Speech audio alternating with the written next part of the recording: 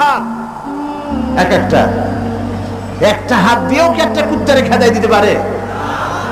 এমনকি ওর নাকের ডগায় মাছি বসে যদি মুখের মধ্যে কিছু ত্যাগ করে, এতগুলো হাত আছে, আঙ্গুল আছে, একটা আঙ্গুল দিয়ে মাছিটা নিয়ে উড়াইতে পারে? এগুলো তো পারি না, নিজের সাহায্য করতে পারে না।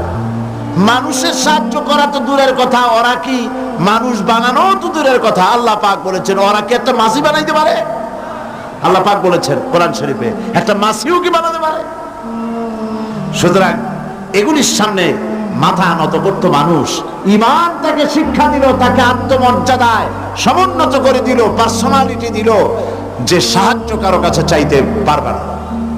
ওরা নিজেরাই, যার কাছে সাহায্য চাও, নিজের সাহায্য ওরা নিজেরা করতে পারে না।